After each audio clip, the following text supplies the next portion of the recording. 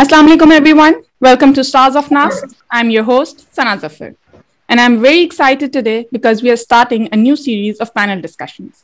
हम आपके लिए लाएंगे NAST के stars को जो guide करेंगे to the students, to the NASTians back home who want to pursue higher studies in Europe. आज इसकी first episode है, which is particularly for masters in Germany. And this episode is also an extension of Women's Day celebration.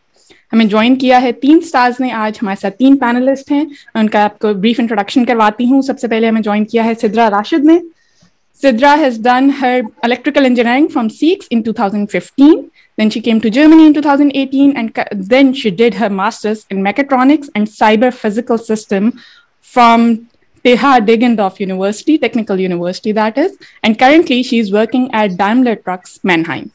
Assalamu alaikum Sidra, thank you for joining us. वालेकुम सलाम, thank you for having me. Second panelist हमारे साथ सैरिश अब्दुल्ला हैं जिन्होंने masters किया environmental sciences in 2015 from IESE SKI NAST और then she came to Germany in 2015 and did her masters in environmental food from university of Hohenheim. अस्सलाम वालेकुम Sairish, thank you for joining us. वालेकुम अस्सलाम, thank you for having me. Third panelist हमारे साथ एक और star हैं, we have with us Javeria Hanif. Javeria ने MS किया in Industrial Biotechnology from ASAB in 2014. Then she came to Germany and 2019 she did her master's in toxicology from University of Potsdam. Assalamu alaikum Javeria, thank you for joining me. Walaikum salam, thank you for inviting me.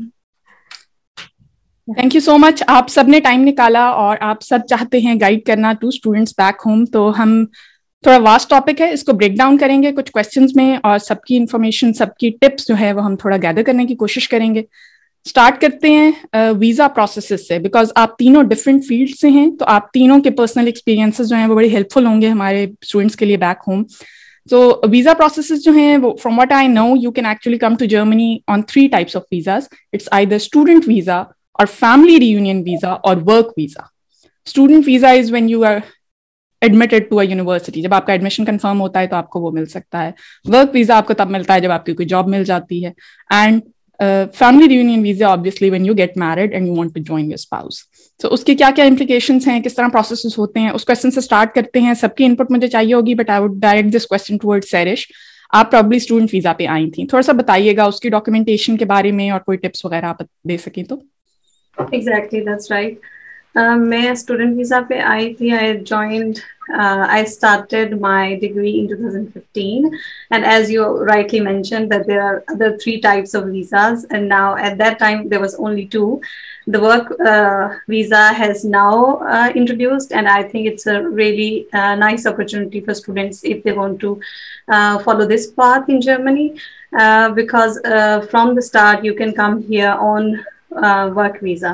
In my case, I was a student, and जैसे कि होता है student visa में that you have so many requirements that you have to fulfill. One is from specific to university, and the other is from specific to embassy. So top language proficiency when you are coming to Germany. In most of universities here in Germany, the master programs are usually in English, and you are supposed to present your English language proficiency. And for that, you are either need to take IELTS or TOEFL. It also mostly it's IELTS, and certain bands are required by each university. And this is, and also sometimes when your university doesn't require, maybe it's the requirement from the embassy when you're coming from Pakistan. So, and there are certain other documents, your educational documents, your curriculum, and then your motivational letter.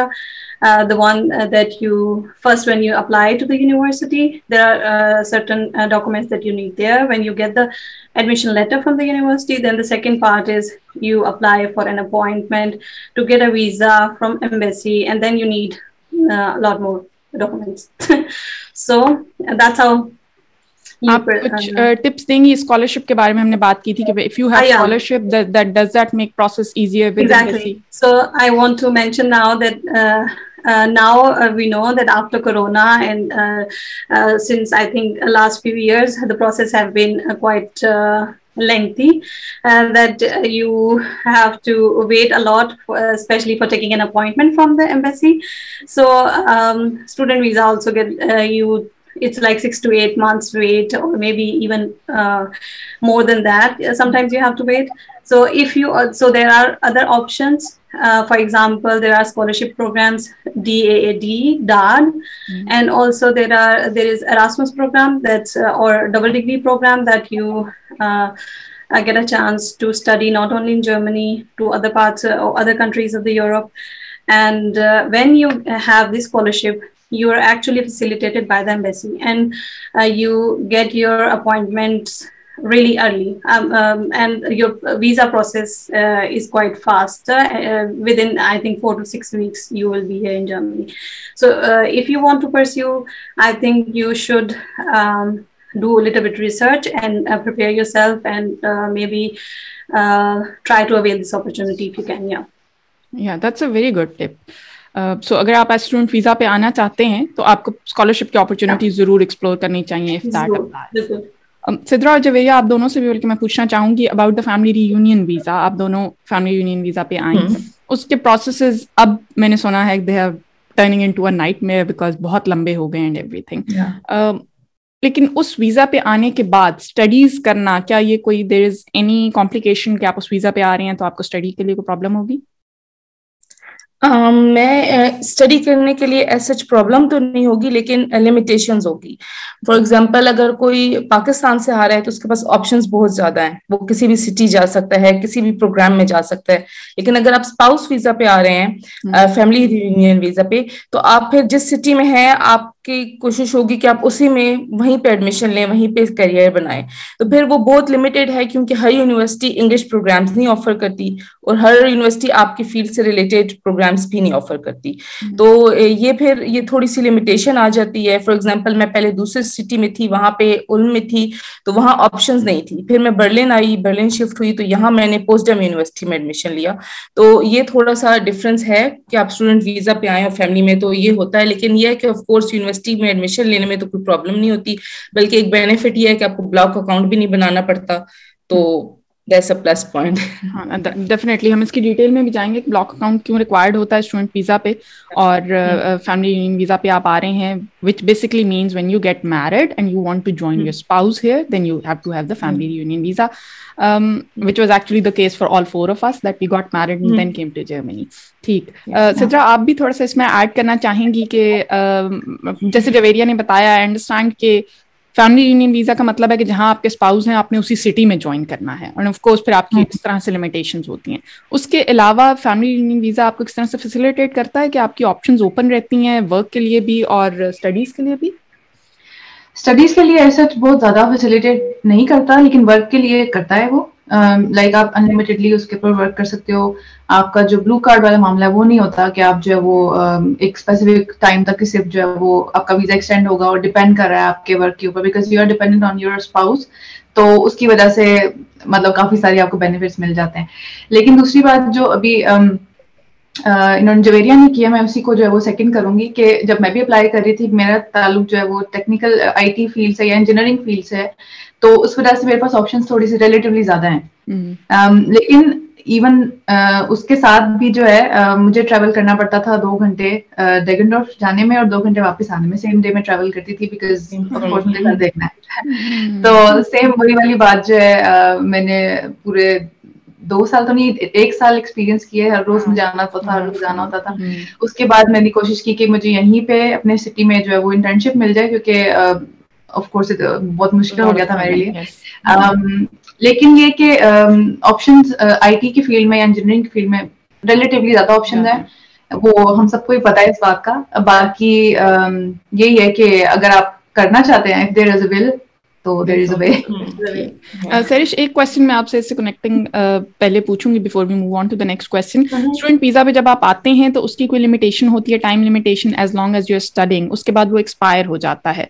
तो वो क्या आपको कितना time margin वो देते हैं till you turn it either into a family reunion visa और into work permit? और अगर ये दोनों काम ना हो तो does it mean you have to go back? Okay, normally you होता है कि आपका student visa, okay, that's supposed to be according to how long your studies are. Okay. It might be 2 years or 3 years or whatsoever. And then when you finish your studies, your student visa automatically change to work visa, work search visa, not work visa, work search visa. On work search visa, you have 1 year almost. You get the time from here, Behorde. For 1 year that you can search your job, and if you get the job, you get lucky and you get the job, and then your student visa will be changed into work visa, or you will get a blue card if you fulfill the certain pay requirements, then you're eligible to get a blue card. And if not, then maybe you get the work visa, but still your student visa will be changed. But if you don't get this opportunity, they might extend for 6 months. They will give you more time. Yeah. And it also then again depend on the state where are you living, or the visa officer you are dealing with, or your luck sometimes. And then after that, of course, if not, these 3 cases are not in your case, then maybe they will ask you that, okay, it's quite long, or you have not finished your studies, and then you have to go back. But I think I have not heard any stories or so. So मतलब आपका थोड़ा बहुत margin होता है, but after completing your studies, it's better to secure a job as soon as possible if you want to live here. That is. You want to live here. Next question पे चलते हैं. जवेरिया, आपसे मैं start करूंगी और आप दोनों की input मुझे चाहिए होगी, सिद्रा और सैरिश आपकी भी. फर्स्ट प्रोसेस, जब आप अप्लाई कर रहे हैं, यूनिवर्सिटी सिलेक्ट कर रहे हैं, sitting back at home in Pakistan, आप जर्मनी आना चाहते हैं, आप शॉर्टलिस्ट कर रहे हैं यूनिवर्सिटी जहां जहां अप्लाई करते हैं, कौन से मेन पॉइंट्स हैं जो माइंड में रखने चाहिए? आप अपनी फील्ड के स्पेसिफिकली बता दें और सैरिश और सिद्रा अपनी फील्ड्स के मुताबिक बता देंगी कि कौन से मेन पॉइंट्स हैं that you should keep in mind while shortlisting the universities you want to apply to. So देखिए, जब वहां से पाकिस्तान से जनरली आप अप्लाई कर रहे हो तो एज आई मेंशन अर्लियर के ऑप्शंस बहुत ज्यादा हैं. सबसे पहले तो हमने ऑफ कोर्स यूनिवर्सिटी रैंकिंग देखनी होती है. तो लेकिन जिस तरह जर्मनी में टेक्निकल यूनिवर्सिटीज हैं वो हमेशा टॉप पे हैं, चाहे किसी भी सिटी की हो, लेकिन वो रैंकिंग में सबसे बेस्ट है. तो हमेशा सबसे जो फर्स्ट प्रायोरिटी होती है वो तो यही होती है कि जो रैंकिंग में हो अच्छी, उसमें आप एडमिशन लें. फिर ये भी है कि जो यूनिवर्सिटी अगर फॉर एग्जांपल एक है तो उसमें जो पर्टिकुलर डिपार्टमेंट्स हैं तो वो डिपार्टमेंट्स की भी रैंकिंग होती है. तो वो उस बेसिस पे भी है, आप ये उसमें शॉर्टलिस्ट करते हैं कि ये मेरी फील्ड से रेलेवेंट कितना इसमें स्कोप है. तो ये एक बहुत बड़ी फिर ये भी है कि सिटी, जिस तरह फॉर एग्जांपल वहां से आने वाले ज्यादा प्रेफर करेंगे इंटरनेशनल सिटीज में, या लैंग्वेज का जहाँ पे जॉब, क्योंकि जब आप अप्लाई करते हैं तो जैसे अभी बताया सैरिश ने भी कि उसके बाद वर्क परमिट भी मिलता है, जॉब सर्च वीजा. तो ये बहुत ज्यादा कि आप पहले से माइंड में रखें कि आप जिस सिटी में जा रहे हैं या जिस यूनिवर्सिटी में जा रहे हैं तो क्या वो, यानी कि उसके जो ग्रेजुएट्स हैं वो कितना, उनकी जॉब मार्केट कितनी है. तो ये सारा कुछ जो वहां से आने वाले हैं उनके लिए बहुत जरूरी है. लेकिन ऑफ कोर्स जो स्टूडेंट वीजा पे आ रहे होंगे तो वो तो ये है कि इजीली सिटीज चेंज भी कर सकते हैं, कहीं पे भी मूव कर सकते हैं, तो ये उनके लिए एक प्लस पॉइंट है.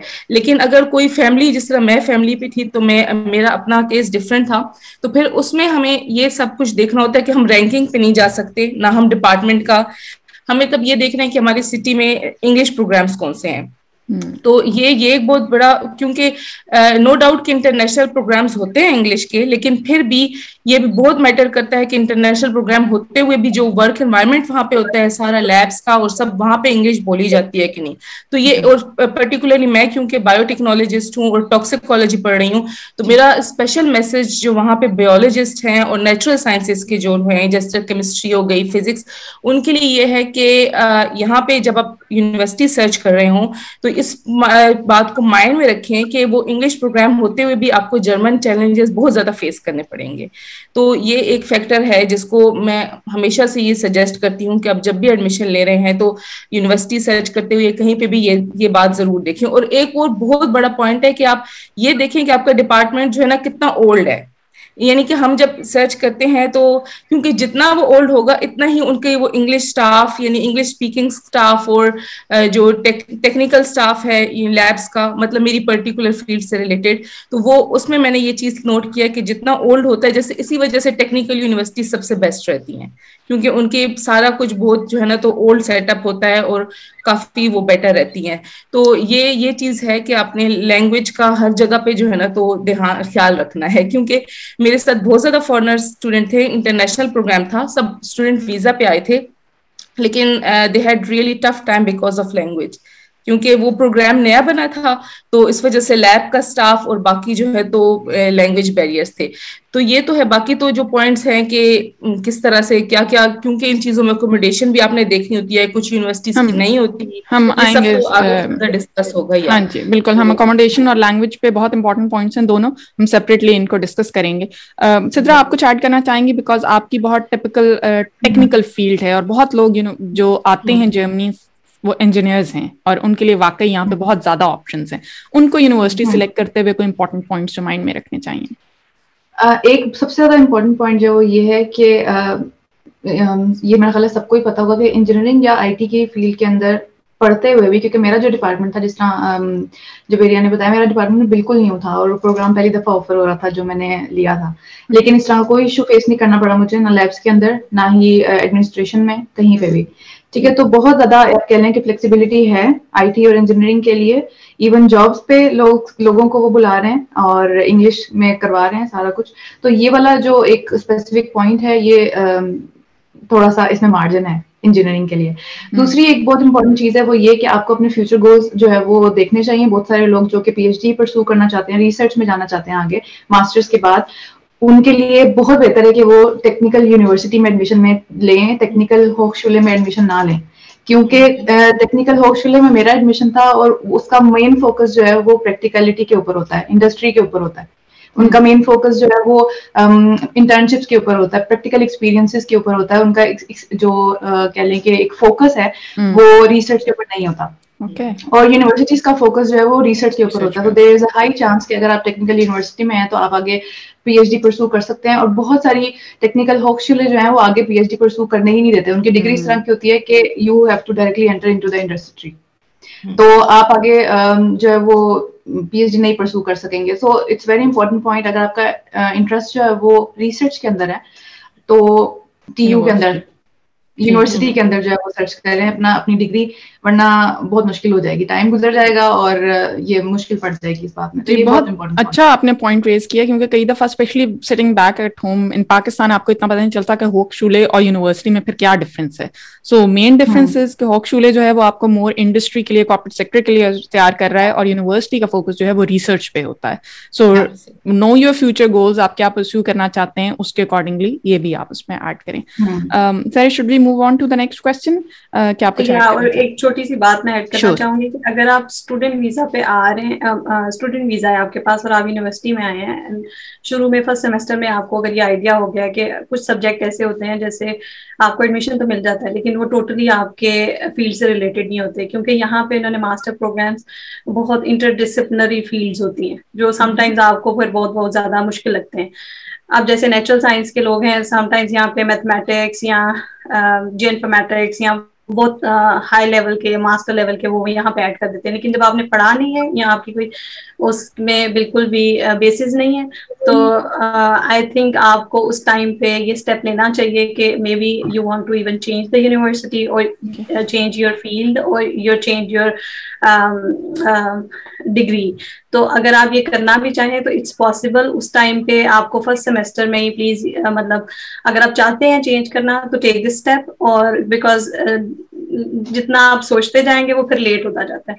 तो इट्स इजियर अगर आप फर्स्ट सेमेस्टर में चेंज करना चाहते हैं, talk to your coordinator, then मुझे ये डिफिकल्टी है, and then your coordinator maybe she suggest a course within the same university, तो वो आपके लिए मोस्ट सूटेबल हो। क्योंकि पाकिस्तान से जब हम अप्लाई करते हैं तो वो बहुत डिफरेंट सिनेरियो होता है, आपको सारे कोर्सेज का पता नहीं होता कि या इतनी सर्च या डीपली आपने नहीं किया होता। जब आप यहाँ आए और अगर आपको लगे कि नहीं आपके अकॉर्डिंगली नहीं है तो please talk to your course coordinator. तो वो आपको सजेस्ट कर देंगे। ठीक, यानी पॉइंट ये है कि जब आप यूनिवर्सिटी सिलेक्ट भी कर रहे हैं पाकिस्तान में बैठ के भी, और आपको कुछ लग रहा है कि कुछ कोर्सेज ऐसे हैं जिनमें आपके शायद कोर्सेज आपने नहीं पढ़े, बैकग्राउंड बहुत नहीं है, तो भी एक ऑप्शन आपको यहाँ मिल जाएगी टू चेंज योर फील्ड और change your courses to some extent. ठीक है, हम जल्दी से नेक्स्ट क्वेश्चन पे आते हैं। डॉक्यूमेंट्स क्या क्या चाहिए होते हैं जब आप अप्लाई कर रहे हैं टू अ यूनिवर्सिटी? तो उसमें मोटिवेशन लेटर है, आइल्स टोफल जो है ये थोड़ा सा यूनिवर्सिटी स्पेसिफिक है, स्टेट स्पेसिफिक है, और depends on your visa as well to some extent. Sidra थोड़ा सा बताइएगा हमें। अच्छा, इसमें आपने मेजर तो सारे मेंशन कर दिए हैं। मोटिवेशन लेटर चाहिए होता है आपको, ठीक है। उसको कवर लेटर भी बाजी यूनिवर्सिटीज कहती हैं कि अपना कवर लेटर भी बताएं, it's the same thing. Motivation ही वो आपकी चेक कर रहे होते हैं कि भाई क्या एक्चुअली में क्यों आना चाह रहे हैं। और it's very important document apart from your degrees and your certificates और आपके ट्रांसक्रिप्ट के अलावा, क्योंकि इससे वो काफी ज्यादा आपको जज कर रहे थे। आपकी राइटिंग स्किल्स के ऊपर बहुत ज्यादा जजमेंट पास होती है कि आप किस तरह लिख रहे हैं, आपको लिखना आता है नहीं लिखना आता, आप बात जो है वो क्या 4 पेजेस तक घसीट रहे हैं या एक ही पेज के अंदर एक ही पैराग्राफ में आपने अपना पूरा कंसाइजली जो है वो उसको बता दिया है। तो मोटिवेशन लेटर या ये जो आपका स्टेटमेंट ऑफ पर्पस है, इसको ये भी बहुत सारे नाम है इसके, तो इसको जो है लिखने के तो पूरे कोर्सेज भी मौजूद हैं, because you know it's very important thing job के अंदर भी और स्टडी के लिए भी, हर चीज के लिए। तो उसके लिए डिटेल में थोड़ा मैं ज्यादा नहीं जाऊंगी, सिर्फ ये देखेंगे उसको कंसाइज रखें। 5 पेजेस का, 4 पेजेस का, 3 पेजेस का भी किसी के पास टाइम नहीं है पढ़ने के लिए, तो जस्ट उसको 1 पेजर ही रखें और उसके अंदर अपनी सारी पिछला अपना सारा बैकग्राउंड और मेन मोटिवेशन कि आप क्यों आना चाहते हैं यहाँ पे और क्या बेनिफिट आपको ये कंट्री और ये यूनिवर्सिटी और ये प्रोग्राम ऑफर कर सकता है और आपका किस तरीके से पिछले आपके पास्ट एक्सपीरियंसेस के साथ रिलेटेड है। This is the most important thing. और उसके अलावा जो टोफल और आइल्स की बात की है, इंजीनियरिंग में शायद इसके लिए भी थोड़ी सी क्या लें रिलैक्सेशन मौजूद है। जरूरी नहीं है कि आपको जो है वो टोफल और आइल्स देना पड़े। आप अपनी यूनिवर्सिटी, अगर आपकी ऑफ कोर्स सबकी पाकिस्तान में इंग्लिश में ही है डिग्री, कोई उर्दू में नहीं करता, तो उससे यूनिवर्सिटी से अगर आप अपना एक लेटर ले लेते हैं, इंग्लिश लैंग्वेज प्रोफिशिएंसी का लेटर उसको कहते हैं, हर यूनिवर्सिटी दे देती है आराम से, और वो अगर आप ले लेते हैं तो इट्स वेरी इजी। उसकी बेसिस पे आप जो है वो अप्लाई कर सकते हैं, बिकॉज ऑफ कोर्स अगर आपने पिछली बैचलर पूरा इंग्लिश में किया then you have the proficiency. तो ये एक इम्पॉर्टेंट पॉइंट है इसके अंदर कि अगर आपकी यूनिवर्सिटी के लिए बहुत ज़्यादा जरूरी नहीं है then you can go for that, लेकिन ये बहुत ज़्यादा यूनिवर्सिटी स्पेसिफिक है, ऑल्सो वीजा स्पेसिफिक भी हो सकता है कि वीजा ऑफिसर आपको कहे कि आपके पास कोई इस तरह का डॉक्यूमेंट होना चाहिए। तो इट डिपेंड्स, लेकिन एक फ्लेक्सिबिलिटी मौजूद है, बिकॉज मेरे पास टोफल वैलिड नहीं था, मेरा टोफल एक्सपायर हो गया हुआ था जब मैंने यूनिवर्सिटी के लिए अप्लाई किया और मैंने इस बेसिस पे अप्लाई किया था।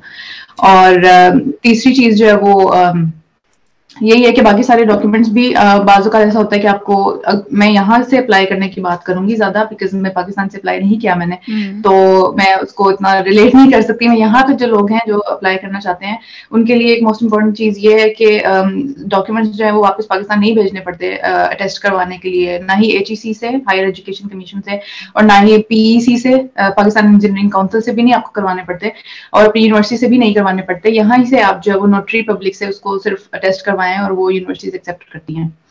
तो मैंने इसी प्रोसेस से किया था और दैट वाज अ सक्सेस। तो इतना परेशान होने की जरूरत नहीं है कि भाई DHL करना पड़ेगा, कैसे होगा, तो ये सारी चीजें जरूरी नहीं है। यहाँ पे अगर आप आ चुके हैं तो यहाँ पे सिर्फ अपने डॉक्यूमेंट साथ ले आएं और उसको जो है वो यहीं से नोटरी से अटेस्ट करवा लें, तो इट विल वर्क। बड़े अच्छे आपने पॉइंट्स बताए हैं। मोटिवेशन लेटर का स्ट्रॉन्ग होना, कन्विंसिंग इनफ होना और प्रिसाइज होना बहुत ज़रूरी है। टोफल आइल्स जो है वो थोड़ा सा डिपेंड करता है यूनिवर्सिटी पे भी, और आई थिंक सरिश ने मुझे बताया था कि अगर आप स्टूडेंट वीज़ा पे आ रहे हो तो वो कई दफ़ा आपसे मांगते हैं, लेकिन अगर आपका GPA अच्छा है तो फिर आइल्स टोफल का स्कोर जो है वो थोड़ा सा एक बैलेंस हो जाता है। It's not a very high score requirement in most of the universities, और since all of us are NUST graduates, तो हमें पता है कि नास्ट की तो सारी डिग्रीज डेफिनेटली आपको प्रोफिशिएंसी इन इंग्लिश का सर्टिफिकेट दे ही सकती हैं।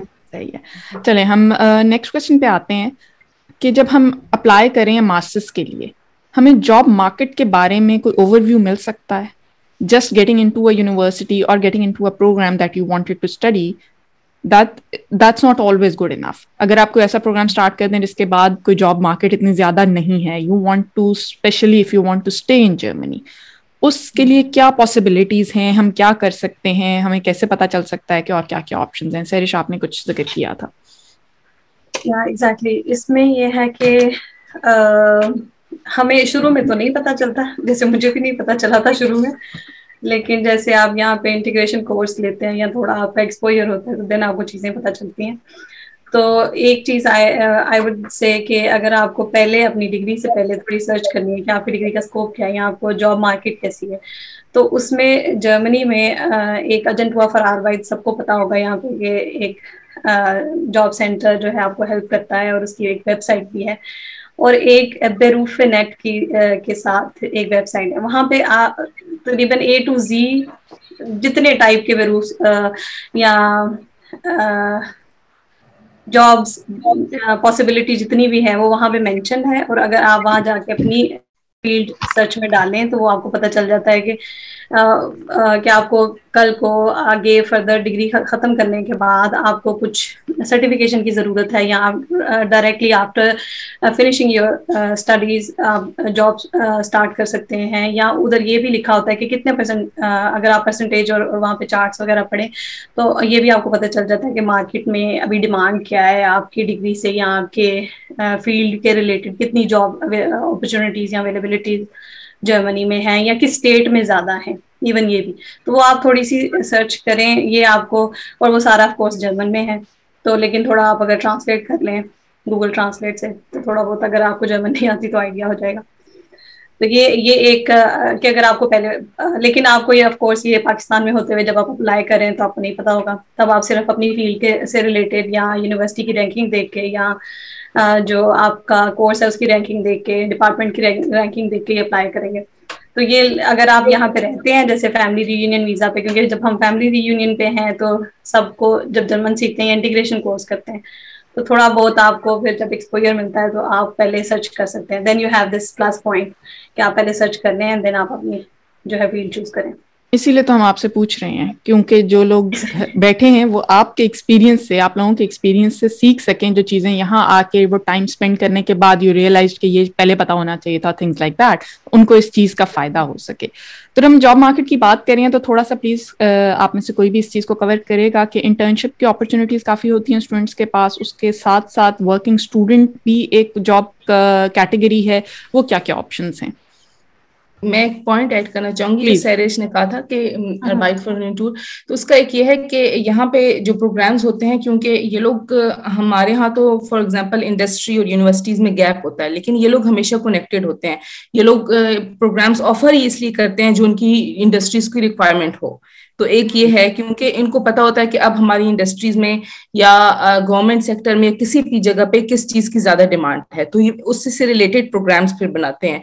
तो जो कुछ कोर्सेज ऐसे होते हैं, जिस तरह हमारे भी में भी ये था कि हमारे जो लेक्चर्स आते हैं वो आते ही पर्टिकुलर ऐसे सिर्फ यूनिवर्सिटी के वो लेक्चरर्स नहीं होते, वो पीएचडी डॉक्टर्स तो होते हैं ऑफ कोर्स, लेकिन वो प्रोफेसर्स नहीं होते, वो कहीं पे काम करने वाले कोई साइंटिस्ट किसी इंडस्ट्री के या किसी इंस्टीट्यूट से ही आते हैं। तो वो फिर वो अपने प्रोजेक्ट्स भी बताते हैं, हम ये काम कर रहे हैं, अपने इंस्टीट्यूट का भी इंट्रोडक्शन करवाते हैं कि हमारा इंस्टीट्यूट क्या कर रहा है, और हर डिपार्टमेंट का इस तरह से हमें बहुत ज्यादा फिर वो ऑफर करते हैं कि अब हमें इंटर्नशिप्स भी, अगर किसी ने अगर इंटर्नशिप करनी है या इससे रिलेटेड थीसिस करना है, तो हमारे तो जो 2 सेमेस्टर थे वो टोटली ऐसे थे कि जिसमें लेक्चर्स जो है ना तो यूनिवर्सिटीज से बिल्कुल भी किसी ने नहीं दिए थे, आउटसाइडर्स नहीं दिए थे। तो उसकी वजह से एक पूरा जनरल आइडिया हो गया था कि अब हम किस किस जगह पे ये कर सकते हैं। मेरी पर्टिकुलरली टॉक्सिकोलॉजी की फील्ड है, तो उसमें ज्यादातर रेगुलेटरी का काम होता था, तो बहुत ज्यादा ऐसे इंस्टीट्यूट्स हो गए तो जो पर्टिकुलर इससे रिलेटेड थे, तो उससे जो है ना स्टूडेंट्स को बहुत ज्यादा इन्फॉर्मेशन मिल जाती है।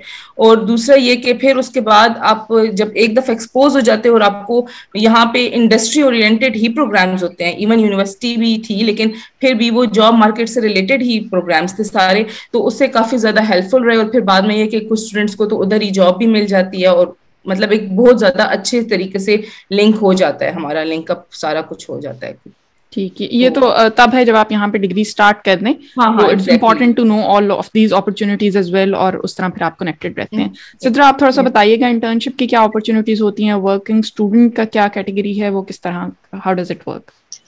अच्छा, इंटर्नशिप्स की मैं अगेन अपनी फील्ड को रिप्रेजेंट कर सकती हूँ, मुझे नहीं आइडिया दूसरी तरफ क्या है, लेकिन इंटर्नशिप्स की अपॉर्चुनिटीज हर कंपनी ऑफर करती है और ये यूनिवर्सिटी पर भी डिपेंड करता है। कुछ यूनिवर्सिटीज स्पेशली जो होक्सचुले होता है, जिनका फोकस जो है वो प्रैक्टिकल एक्सपीरियंस के ऊपर होता है, उनके अंदर जो है मोस्टली मैंडेटरी भी होती है इंटर्नशिप कि आपने लाजमी स्पेसिफिक नंबर ऑफ आवर्स की इंटर्नशिप कंप्लीट करनी है, उसके बाद आपकी जो है वो डिग्री कंप्लीट होगी, वरना डिग्री इनकम्प्लीट जो है वो कंसिडर की जाएगी।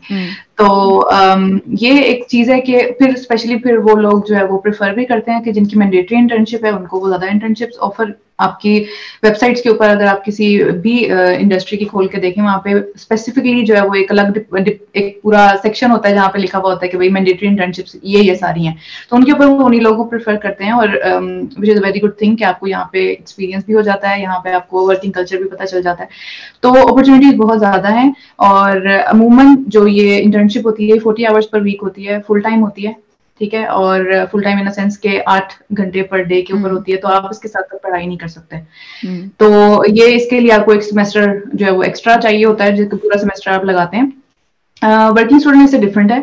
वर्किंग स्टूडेंट के अंदर आप 20 मिनिमम आवर्स हैं जो कि आप एक वीक में कर सकते हैं, और उससे ज्यादा जितना भी आप और आपका एम्प्लॉयर जो है वो अग्री करें, जिसपे भी 40 पे भी चले जाते हैं कुछ लोग, ठीक है, स्टूडेंट होते होते जी चले जाते हैं कुछ लोग, लेकिन वो डिपेंड करता है, हाईली डिपेंड्स। लेकिन जो मेजोरिटी में आपको ऑफर्स मिलेंगे वो 20 आवर्स की होंगे, उसके साथ साथ आप स्टडी भी कर सकते हैं, और वो आप स्टडी के साथ साथ कर सकते हैं, यानी पहले सेमेस्टर में भी मैं कहीं पे भी अगर मैं चाहूँ तो ये चीज अवेल कर सकती हूँ।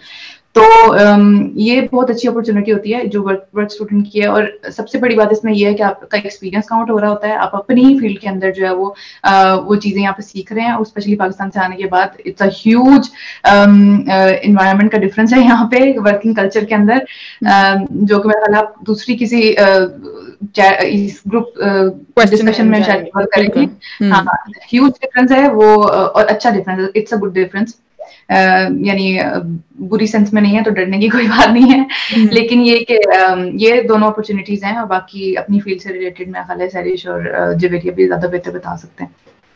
अच्छा, मैं ये पॉइंट एक ऐड करूं कि जिस तरह इन्होंने बताया सिद्रा ने, ये तो इंजीनियरिंग और आईटी से रेलेवेंट है कि उनको इंटर्नशिप दी। अब हमारे भी मैंडेटरी होती हैं, लेकिन प्रॉब्लम ये है कि मैं एक बिल्कुल मतलब के क्लियर मैसेज ये दूंगी जितने भी होते हैं नेचुरल साइंसेस के, कि हम लोगों को इवन इंटर्नशिप्स और थीसिस जो मैंडेटरी भी होता है कि हमने यूनिवर्सिटी में नहीं करना, उसके लिए लैंग्वेज का बैरियर आ जाता है। क्योंकि हम जब अप्लाई करते हैं इंडस्ट्रीज में तो वो कहते हैं कि हमें लैंग्वेज चाहिए, तो वहां पे इंटर्नशिप का मिलना बहुत मुश्किल होता है। ये चीज एक बहुत बड़ा फैक्टर है। मैंने तो क्योंकि मैं फैमिली वीजा पे थी तो मैंने लैंग्वेज की हुई थी, पहले B1 B1 लेवल किया था, तो फिर थोड़ा बहुत काम चल गया। लेकिन जो स्टूडेंट वीजा पे आए थे तो उन्होंने बहुत फिर प्रॉब्लम उनको फेस करनी पड़ी। उन्होंने अक्सर ने फिर ऐसे किया कि जैसे स्टडीज के साथ ही लैंग्वेज की, उन्होंने कंप्लीट B1 या B2 लेवल किया, फिर कंटिन्यू किया। तो ये था कि गैप मतलब लिमिटेशन आ जाती है। फॉर एग्जांपल हम किसी हाई लेवल पे करना चाहते हैं तो वो नहीं कर सकते, एक ये चीज है। फिर मैंने अपने जितने भी कोलीग्स को देखा था कि यानी अपने साथ में ज़ाहिर कुछ अर्न भी करना होता है, तो उसके लिए फिर वो लोग और जॉब्स ही करते थे। तो ये चीज जो है ना, तो ये हर पर्टिकुलर फील्ड्स में डिफरेंट है कि किसके लिए जो है ना कहाँ पे अपॉर्चुनिटीज ज्यादा हैं। तो आईटी से रेलेवेंट जितना भी होगा ऑफ कोर्स उनके लिए ज्यादा ही है, लेकिन नेचुरल साइंसेस के लिए लैंग्वेज रिक्वायरमेंट इंटर्नशिप्स में भी है, इवन अगर वो मैंडेटरी भी हो तो।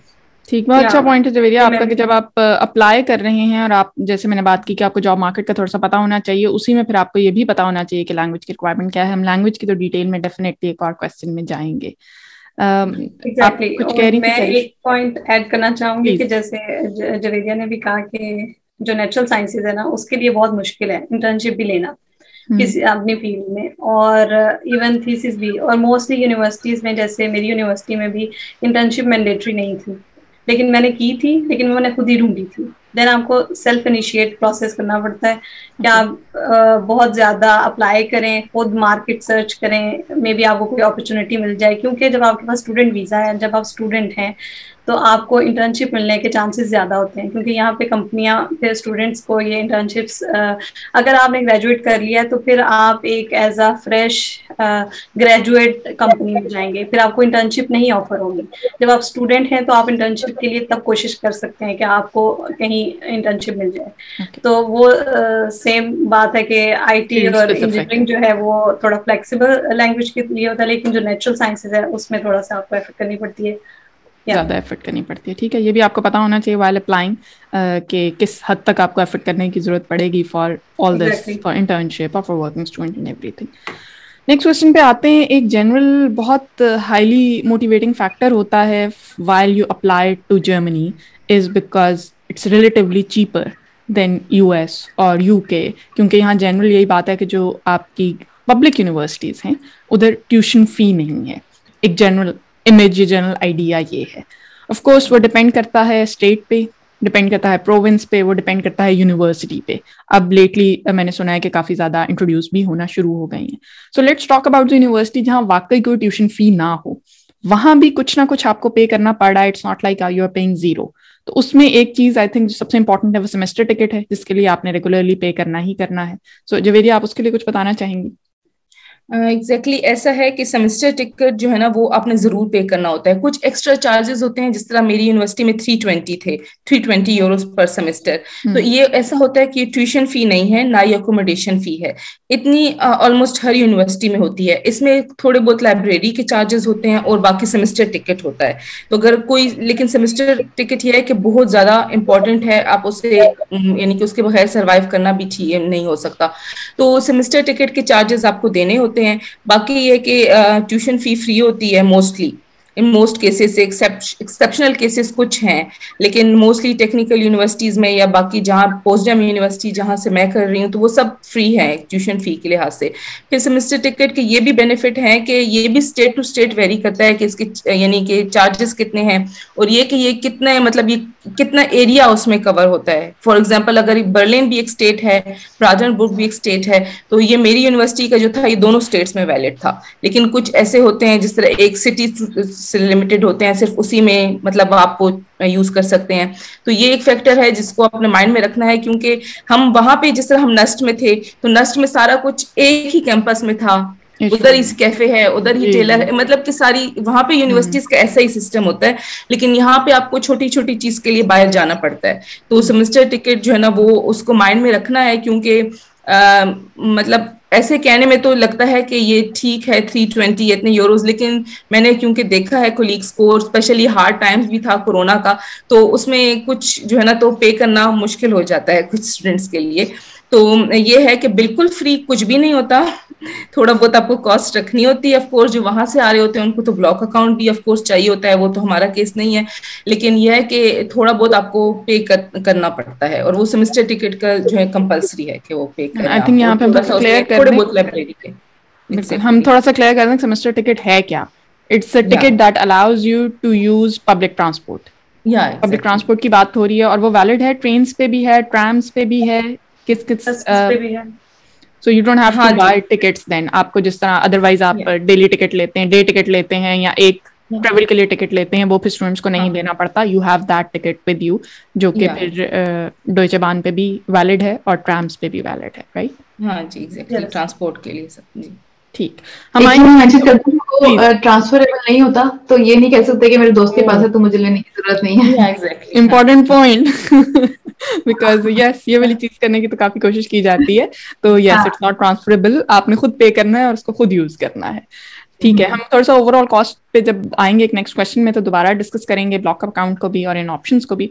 उससे पहले मैं टच करना चाहती हूँ एक टॉपिक को कि specially I think girls coming to Germany, girls coming to Europe generally, लेकिन आज हम जैसे जर्मनी स्पेसिफिक बात कर रहे हैं, उनके अपने लिए भी और शायद उनके पेरेंट्स के लिए भी ये एक बहुत इंपॉर्टेंट क्वेश्चन है, how to find a safe accommodation.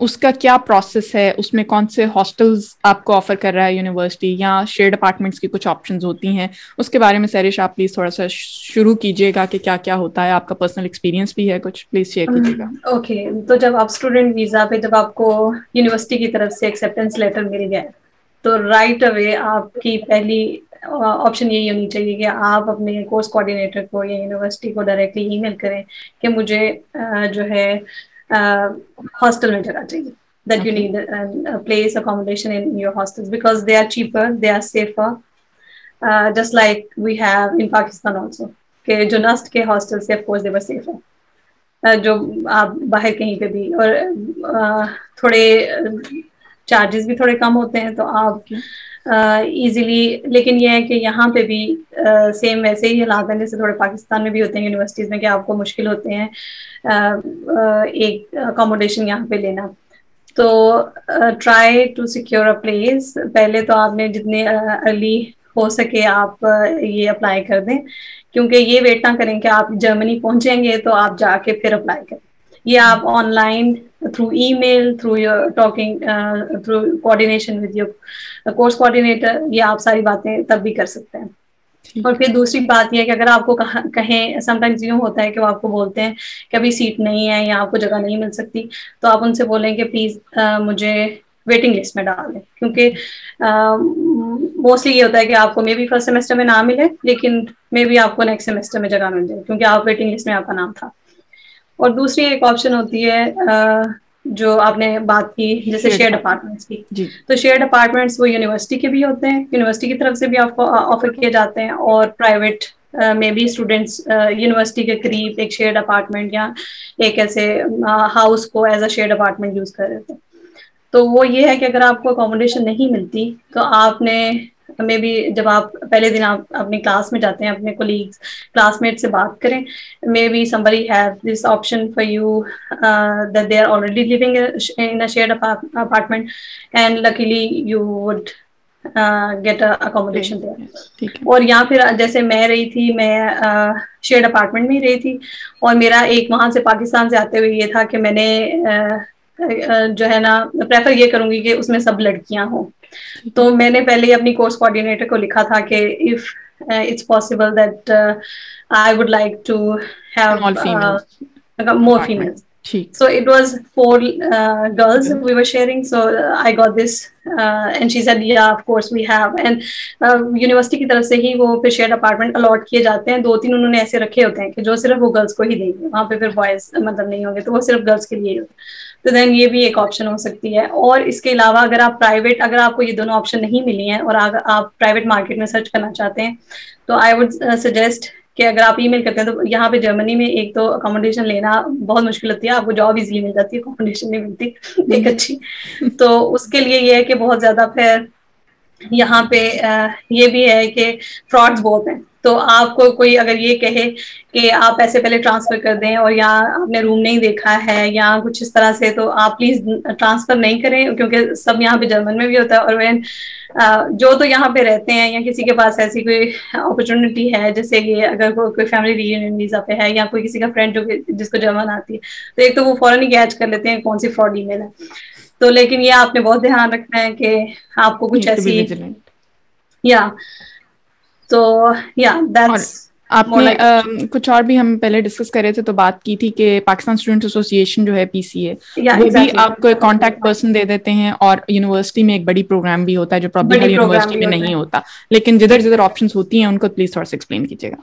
या एक आपके पास कुछ यूनिवर्सिटीज, आप अपनी यूनिवर्सिटी से पूछ रहे हैं, मुझे पता चला कि सारी यूनिवर्सिटीज ये प्रोग्राम ऑफर नहीं करती, लेकिन कुछ यूनिवर्सिटीज करती हैं कि आपको एक बड़ी प्रोग्राम ऑफर होता है, तो आपको पहले से ही एक यहाँ पे आपका सीनियर जो आपके ही कोर्स का होगा, या may be they would prefer from the same country international student, वो एज अ बडी आपके लिए एलोकेट कर देंगे। और लेटर ऑन आपको कुछ भी चाहिए, आपको सिटी नेविगेट करना है, आप फर्स्ट टाइम आ रहे हैं, आपको नहीं पता कि कौन सी बस लेनी है to the university, to the place where you are going, you can always ask them and he will even pick you up from the airport. और there are these Pakistan student associations PSA, तो ये भी एक हर city में हर university की एक अपनी है, और समटाइम्स वो आपको उससे लिंक कर देते हैं, और उसमें भी बहुत से हेल्पिंग स्टूडेंट्स हैं जो आपको हेल्प करते हैं with groceries, with picking you up from the airport, with showing you city और सुपरमार्केट्स और योर यूनिवर्सिटी, तो आपको बहुत हेल्प हो जाती है। और इवन विद द प्रोसेसेस, आपने आते ही यहाँ पर रजिस्ट्रेशन करनी है, सिटी रजिस्ट्रेशन हो गई या आपकी यूनिवर्सिटी की रजिस्ट्रेशन हो गई, तो आपको, और इंश्योरेंस हो गई, आपकी हेल्थ इंश्योरेंस, तो ये सारी चीजें आपको फिर सारे पेपर वर्क में बहुत ज्यादा हेल्प हो जाती है। तो अगर आप ये अपॉर्चुनिटी अवेल कर सकते हैं, अगर आपकी यूनिवर्सिटी ऑफर करती है, तो प्लीज अवेल इट। नहीं, बहुत अच्छे पॉइंट्स हैं, ये पता होना चाहिए। इसके अलावा I think there are certain Facebook groups as well जो कि हेल्पफुल हैं। ऑल लेडीज ग्रुप का तो हमें पता है, RDD है एक जहाँ पे हेल्प हो रही है, उसके अलावा देयर क्वाइट अ फ्यू जहाँ पे स्टूडेंट्स को हेल्प हो जाती है एक दूसरे के साथ कनेक्ट करने में। सो एक्टिवली उनको भी सीख करें। लेकिन जब आप फेसबुक पे रैंडमली किसी से बात कर रहे हैं, मैं सिद्रा आपका पॉइंट यहाँ पे लेना चाहूंगी, आपने मेंशन किया था कि बहुत इंपॉर्टेंट है कि हम सिर्फ वर्बल किसी की बात पे कोई पैसे ट्रांसफर ना कर दें या उसको कोई गारंटी ना समझ लें, क्योंकि एक पेपर वर्क जिससे हम बहुत तंग रहते हैं वैसे जनरली जर्मनी में, but it's very very important कि आपके पास रिटन में होना चाहिए। प्लीज सिद्रा कोई बताइएगा इससे रिलेटेड। अच्छा, इसके अंदर मैं सिर्फ एक अपने फ्रेंड का एक एक्सपीरियंस शेयर करना चाहूंगी। वो पाकिस्तान से जो है वो वर्क वीजा के ऊपर डायरेक्टली सितंबर में यहाँ पे आए हैं, और जाहिर सी बात है सिटीज बड़ी हैं और वहाँ पे बहुत लंबी लंबी लाइनें होती हैं। Once you want to get an accommodation तो it's not very easy, it's very very difficult. और उसमें फिर ये है कि वो थे भी मैरिड थे, तो उनका ज़ाहिर थोड़ा सा डिफिकल्ट था, और भी ज़्यादा डिफिकल्ट था। खैर एनीवे, तो उन्होंने अब आके उन्होंने कहा कि ठीक है, हम जो है वो एक फलां पाकिस्तानी बंदा है, he will help me out, और मैं उसके अपार्टमेंट में रह लूंगा, और एवरीबडी मतलब कोई इशू नहीं है, ठीक है, इसमें बहुत आसान हो जाएगा, हाँ पाकिस्तान के हैं, कोई ऐसा बड़ा इशू नहीं है ना। तो जैसे हम जाहिर है यहाँ पे अगर आते हैं, किसी भी मुल्क में अगर हम जाते हैं, वहाँ पे एक पाकिस्तानी को देख के अपनी लैंग्वेज बोल सकता है वो, तो आप एक अपनायत फील करते हैं वहाँ पे। तो सेम थिंग उनके साथ भी हुई, और उसके बाद जो है वो बंदा जो है उनसे रेंट लेता रहा, और कोई कॉन्ट्रैक्ट नहीं था, it was just verbal thing, कोई कॉन्ट्रैक्ट नहीं था, कोई लिखी हुई चीज नहीं थी। और यहाँ पे इसी तरह ही है कि अगर लिखी हुई चीज नहीं है तो it can get you in a very very big problem. खैर एनीवे, उस बंदे ने जो है वो रजिस्टर भी नहीं उसको करने दिया वहां पे। आप सिटी में रजिस्टर करने के लिए भी आपको एक पूरा कॉन्ट्रैक्ट चाहिए होता है हाउस ओनर का, क्योंकि वो कॉन्ट्रैक्ट था ही नहीं वहां पे, तो वो रजिस्टर भी नहीं कर सका वहां पे।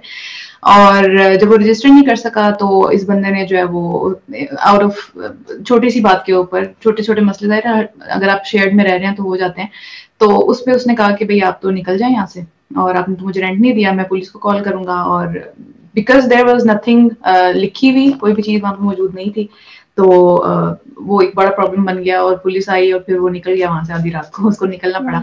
तो बेशक कोई पाकिस्तानी है, बहुत ही ज्यादा सगा है, ब्लाइंडली ट्रस्ट ना करें, and always put it in paper, signed हो, उसकी कॉपीज आपके पास भी हो, जिनके साथ कॉन्ट्रैक्ट करें उनके साथ भी हो। बिल्कुल, क्योंकि वहां से देखने में लगता है हाँ वो फलां हेल्प कर देगा, बिकॉज स्वीट वर्ड्स हमें अच्छे भी लगते हैं और हम बोल भी सकते हैं, सब बोल सकते हैं। Sweet talkers. तो इसलिए once you're on your own, especially in foreign country, then you need to be very very vigilant. Yes, I think, and it goes actually for males as well. It's not just for females. जो हमारे ज़्यादा बात करें. Yeah, it was a male person. It was male, बिल्कुल, जिनकी आप बता रही हैं, बिल्कुल। So very important point कि verbal communication पे ना rely करें, सब कुछ पेपर में होना बहुत ज़रूरी है। नेक्स्ट क्वेश्चन पे चलते हैं हम। ओवरऑल कॉस्ट ऑफ लिविंग की अगर बात करें, अभी हमने बात की कि कुछ जगह ट्यूशन फी है, कहीं नहीं है, उसमें क्या क्या इंपॉर्टेंट है, health insurance and block account का क्या सीन है, फिक्स्ड कॉस्ट कैसे कैसे होती है, सेमेस्टर फी है, रहने की क्या क्या है, इसको क्विकली अगर आपसे आप स्टार्ट करें, थोड़ा सा इसके बारे में बताना चाहेंगी। अच्छा, इसमें आपने ऑलरेडी कवर कर लिया, मैं जस्ट उसके फिगर्स दूंगी कि क्या फिगर्स हैं, वो पहले क्या थे और अब क्या हो गए हैं। मुझे 7 साल पहले का एक आइडिया है, मैं उसके बारे में बात करूंगी, बिकॉज मेरे हस्बैंड उस टाइम आए थे स्टूडेंट वीजा पे।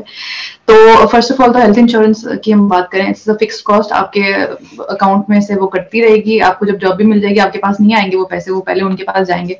तो ये जो है वो मैंडेटरी है, और इसको हम जितना मर्जी रोलें ये आपको देनी पड़ेंगे। तो स्टूडेंट्स के लिए, जब मेरे हस्बैंड यहाँ पे आए थे आज से 7 साल पहले, देन इट वाज 89 यूरोस, और अब ये तकरीबन 110 यूरोस हो चुकी हुई है, पर मंथ कटती है। तो इन्फ्लेशन का अंदाजा इस बात से भी लगा सकते हैं, और आई एम 100% श्योर कि आगे कुछ 1-2 सालों में ये मजीद बढ़ेगी जो कि हाथ चल रहे हैं। और उसके अलावा फिर सेमेस्टर टिकट आ जाती है। सेमेस्टर टिकट बहुत ज्यादा इकोनॉमिकल पड़ती है, क्योंकि अगर आप खुद से जाके टिकट्स खरीदें, बहुत महंगी हो चुकी हुई है यहाँ पे टिकट्स ऑलरेडी। ट्रेन्स की देख लें, ट्राम्स की देख लें, बसेस की देख लें, अंडरग्राउंड ट्रेन्स की देख लें, हर चीज जो है वो हमारी नजरों के सामने बहुत ज्यादा इंक्रीज हो रही है। तो बेशक बहुत बुरा लगेगा कि यार ये मुझे क्यों देनी पड़ रही है, लेकिन इट्स वेरी बेनिफिशियल। और उसका भी वो डिपेंड करता है, मेरी यूनिवर्सिटी ने ऑफर नहीं की थी मुझे, तो मुझे यहाँ से एक तो जाने में वहां पे, क्योंकि वो दूर थी, दूसरा शहर था, और वो सारे खर्चे मेरे अपने थे, तो बहुत एक्सपेंसिव बहुत एक्सपेंसिव पड़ता है वो, इसलिए जो है वो ये तो खैर वहाँ कवर हो जाती है, लेकिन आपको ये देनी पड़ती है। उसके अलावा हर यूनिवर्सिटी की अपनी री एनरोलमेंट फीस होती है, जो कि आपको अगले सेमेस्टर, अगर आपकी यूनिवर्सिटी किसी भी किस्म की कोई सेमेस्टर फीस नहीं ले रही, इवन देन जिस तरह जवेरिया ने बोला कि सम फीसेस जो होती हैं वो होती हैं, उनमें से सबसे मोस्ट इंपॉर्टेंट और सबसे ज्यादा जो होती है वो ये री एनरोलमेंट फीस होती है, जो कि आपको अगले सेमेस्टर के लिए इनरोल करने के लिए वो एक कह लें कि फीस काटते हैं। तो वो मेरी यूनिवर्सिटी में 120 यूरोस थी, और 120 यूरोस के ऊपर मुझे कुछ पे नहीं करना पड़ता था, बिकॉज मेरे सेमेस्टर टिकट थी नहीं मेरे पास, तो सिर्फ 120 यूरोस जाते थे वो। और आई थिंक अभी वो ज्यादा हो गई, 160 के करीब चली गई है वो। तो ये चीजें हैं। उसके अलावा आपकी जो आपके रेंट है वो आपने पे करना है, दैट्स अ फिक्स्ड कॉस्ट, तो वो आपको देनी है। स्टूडेंट इन वॉनहाइम, जहाँ पे हॉस्टल्स जो होते हैं यूनिवर्सिटी के, उसको यहाँ पे स्टूडेंट वॉनहाइम्स कहते हैं, तो वो जो है सबसे ज्यादा इकोनॉमिकल पड़ते हैं। मेरी भी फ्रेंड वहाँ पे रह रही है, 240 यूरोस वो पर मंथ दे रही है। और अगर आप शेयर अपार्टमेंट में रहते हैं, वो थोड़े छोटे होते हैं, उतने बड़े लेवल पे नहीं होते, और वहाँ पे फिर अब बात आ जाती है कि अगर आप फर्निश्ड ले रहे हैं या नहीं, क्योंकि अगर आप फर्निश नहीं ले रहे देन आपको सारा फर्नीचर बाय करना पड़ेगा, विच आई वुड नॉट रिकमेंड, क्योंकि आपको नहीं आइडिया आपकी जॉब कहाँ पे होती है, आपका थीसिस कहाँ पे मिलता है, आपका इंटर्नशिप कौन सी सिटी में मिलती है, तो आप ये सब चीजें ट्रांसपोर्ट करके अपने साथ नहीं लेके जा सकते। तो इट्स ऑलवेज बेटर कि आप फर्निश्ड अपार्टमेंट लें या फर्निश्ड जगह ढूंढें, और वो डेफिनेटली थोड़ी सी महंगी होती है, क्योंकि आप उसमें फर्नीचर का भी रेंट दे रहे होते हैं, तो वो उतनी सस्ती नहीं होती हॉस्टल जितनी, लेकिन ये कि स्टूडेंट्स के लिए फिर भी थोड़ा बहुत कहीं ना कहीं सस्ती हैं चीजें, लेकिन ये एक फिक्स्ड कॉस्ट है जो कि आपकी जानी ही जानी है लाजमी। उसके अलावा आपकी जो ग्रोसरीज हैं वो आप पे डिपेंड करता है, आप बाहर खाते हैं, घर में खाते हैं, जैसे भी खाते हैं, that's another thing. Groceries also, inflation आपको सिर्फ पाकिस्तान में नजर नहीं आएगी, जर्मनी में बहुत विजिबल हो रही है ये इन्फ्लेशन, हर चीज के अंदर, ट्रांसपोर्टेशन में, ग्रोसरीज के अंदर, रेंट्स ऊपर जा रहे हैं, कार्स, फ्यूल, हर चीज जो है वो एक्सप्लोर कर रही है इस टाइम। तो और दूसरी एक इम्पोर्टेंट चीज मैं मेंशन करना चाहूंगी कि जब मैं यहाँ पे मास्टर्स कर रही थी और मेरे साथ जो लोग आए थे उन्होंने 8000 यूरोस जो है वो ब्लॉक अकाउंट में जमा करवाए थे, और अभी जो मेरी फ्रेंड आई है उसने 10,000 यूरोस जमा करवाया। It's 2 years apart, just 2 years apart. तो ब्लॉक अकाउंट के अंदर जो वो जमा करवाते हैं, करने का आपको कहते हैं, दैट्स योर पर मंथ पैसे हैं वो आपके जो कि आपने यूज करने हैं, तो विच ऑल्सो इंडिकेट्स के अभी पर मंथ आपको ज्यादा पैसे चाहिए। पहले आप कम में सर्वाइव कर सकते थे, अभी आप ज्यादा में सर्वाइव करेंगे। तो ये कुछ चीजें हैं जो कि माइंड में रखनी चाहिए, हर जगह पे पूरी दुनिया में ये एक इम्पैक्ट आपको नजर आएगा। डेफिनेटली ब्लॉक्ड अकाउंट अगर आप पाकिस्तान से स्टार्ट कर रहे हैं या किसी ने उसको पाकिस्तान से सपोर्ट करना है, तो उसमें फिर यूरो का रेट भी देखना है कि वो कहाँ से कहाँ पहुंच गया है। When I came to Germany back in 2011 and what the rate is right now, it's almost double that. तो बहुत ज्यादा फर्क पड़ गया, उस चीज को देखना होगा। बिल्कुल ये वाली फिक्स कॉस्ट हैं और इस तरह की चीजें हैं, तो इसी को हम नेक्स्ट क्वेश्चन से कनेक्ट करते हैं, जिसका हमने थोड़ा सा कवर कर लिया कि जॉब्स क्या क्या अवेलेबल हैं, हमने ऑलरेडी इंटर्नशिप्स की और उन सब चीजों की बात की। लेकिन मैं जवेरिया से पूछना चाहूंगी, जैसे उन्होंने मेंशन किया कि कई दफा उनकी स्पेसिफिक फील्ड में नहीं भी जॉब अवेलेबल थी, तो क्या और जॉब्स ऐसी अवेलेबल होती हैं कि स्टूडेंट्स कैन सपोर्ट देमसेल्फ? या और जॉब्स तो बहुत ज्यादा होती हैं, और आजकल तो स्पेशली कोरोना में जहाँ पे बहुत सारा लॉस हुआ है, एक ये बेनिफिट है कि स्टूडेंट्स के लिए, वेब स्टूडेंट या इस तरह की ये जो पीसीआर टेस्ट के लिए या इस टाइप की जॉब्स बहुत ज्यादा निकली, तो वो काफी स्टूडेंट्स ने की, और वो फिर थोड़ी बहुत फील्ड रेलेवेंट भी हो जाती है कि चलो थोड़ा मेडिकल से रिलेटेड है ऐसे। लेकिन बाकी और जॉब्स जो मेरे कोलीग्स करते थे मोस्टली वो ये है कि रेस्टोरेंट्स में मोस्टली मैकडोनल्ड्स पे करते हैं, या होम डिलीवरी जॉब्स होती हैं, जो मतलब जिस तरह पाकिस्तान में है फूड पांडा, इस तरह की काफी सारी होती हैं। या फिर यह कि आप हम लोगों की फील्ड से रेलेवेंट जो है ना, तो अगर फॉर एग्जांपल मैं बायोलॉजिकल या मेडिकल साइंसेज या फार्मास्यूटिकल साइंसेज की बात करूं, तो फार्मेसीज आपको पता है कितनी ज्यादा है जर्मनी में, तो वो फार्मेसीज में उनके लिए होती हैं। वो ऐसी और जॉब होती है कि फॉर एग्जांपल अपने फार्मेसी का क्लीन अप करना है, मेडिसिन एक जगह पे अरेंज करना, या ऐसी जॉब्स होती हैं। तो मैं वो बिल्कुल लेबर जॉब्स की बात नहीं करी, लेकिन मैं मतलब इस तरह जो स्टूडेंट्स कर सकें और वो उनके लिए वो भी पार्ट टाइम भी हो, तो वो उसमें फिर मोस्टली स्टूडेंट्स के पास तो यही ऑप्शंस होती हैं कि वो ऐसे करें, या फिर या आजकल ये जॉब कॉल सेंटर्स वगैरह में भी बहुत हैं, तो होम ऑफिसेज भी हो गए हैं। तो ये सब इसकी वजह से काफी मेरे कोलीग्स को जो है ना बहुत ज्यादा रहा कि वो होम ऑफिस भी कर सकते थे। और इसके अलावा एक और ऑप्शन बहुत ज्यादा है कि आप यूनिवर्सिटी में बहुत सारे डिपार्टमेंट्स होते हैं। तो एक होता है जैसे आप जाके मतलब कर सकते हो, उनसे बात कर लेते हो, वो जॉब्स अरेंज करते हैं। फाइनेंशियल प्रॉब्लम्स जिन लोगों को हो तो उनके लिए हर यूनिवर्सिटी में ये मतलब कोई स्टार्ट में हमें कोई गाइड नहीं करता, मुझे भी बिल्कुल एंड में पता चला कि यूनिवर्सिटी में भी इस तरह होता है कि आप स्टूडेंट अफेयर्स वालों के पास जाओ या उनके पास, तो उनको अगर आपके पास फाइनेंशियल प्रॉब्लम्स है तो स्कॉलरशिप्स भी मिलती हैं, यानी यहाँ आने के बाद भी स्कॉलरशिप्स मिलती हैं, हर साल आपने हर सेमेस्टर में अप्लाई कर सकते हैं, वो भी एक अवेलेबिलिटी है आपके पास। और दूसरा ये कि अगर आपके पास कोई भी ऑप्शन नहीं है लैंग्वेज की वजह से, अक्सर लोग अमेजोन पे भी जॉब कर लेते हैं, तो लेकिन अगर बिल्कुल भी आपको नहीं मिल रही किसी भी किस्म की और जॉब या कुछ भी, तो फिर यह है कि यूनिवर्सिटी भी आपको प्रोवाइड करती है। ऐसा एक तो हीवी जॉब्स होती हैं, वो तो चले एक आपकी प्रोफेशनल ही होती है जो हर डिपार्टमेंट में होती है, ऐसे हीवी जॉब कहा जाता है जो कि एक्चुअली आपके डिपार्टमेंट में या यूनिवर्सिटीज में ही दी जाती है। लेकिन अगर फिर ऐसा होता है कि जो आपका यूनिवर्सिटी का स्टूडेंट अफेयर्स का सेक्शन है, उनके पास ना बहुत ज्यादा छोटे छोटे इंस्टीट्यूट जैसे कॉल सेंटर्स और उन्होंने जॉब्स उनके पास होती हैं उनकी न्यूज वगैरह, तो वो फिर ये है कि वो स्टूडेंट्स को मेल करते रहते हैं। तो ये है कि यहाँ पे यूनिवर्सिटीज की एक प्लस पॉइंट ये है कि स्टूडेंट्स को ओन करते हैं, तो ये इतनी वो वाली बात नहीं है, कुछ ना कुछ ही अरेंज कर देते हैं जिससे आपका सिस्टम चलता रहे। जी, यही मेरा क्वेश्चन था कि अगर आपके पास इंटर्नशिप नहीं है या आप जिस तरह वर्किंग स्टूडेंट कैटेगरी में अगर नहीं भी जॉब कर रहे तो कोई ना कोई और जॉब ऐसी है कि आप मैनेज कर लेते हैं, सरवाइव कर सकते हैं, वो ऑप्शन रहती हैं। सिद्रा, एक क्विक सा क्वेश्चन मैं आपसे इसमें कनेक्ट करना चाहूंगी जो आई थिंक आपने मेंशन किया था कि इंपॉर्टेंट ये है कि कई दफा अगर आप इनफ अर्न करना शुरू कर दें थ्रू एन ऑड जॉब, तो कई लोग कई दफा अपनी डिग्रीज को बहुत प्रोलॉन्ग कर देते हैं। एक तो है कि आप प्रोफेशनल अपनी जॉब कर रहे हैं अपनी फील्ड से रिलेटेड, तो ठीक है, may be it doesn't matter you have the degree और नॉट, लेकिन कई दफा ये भी एक इंपॉर्टेंट पॉइंट है कि स्टूडेंट्स इस चीज को ओवरलुक कर देते हैं कि खैर डिग्री हमारी लटक भी रही है तो हम इसी जॉब को कंटिन्यू करें। ये भी आपने देखा, तो आप इसके लिए क्या एडवाइस करना चाहेंगे?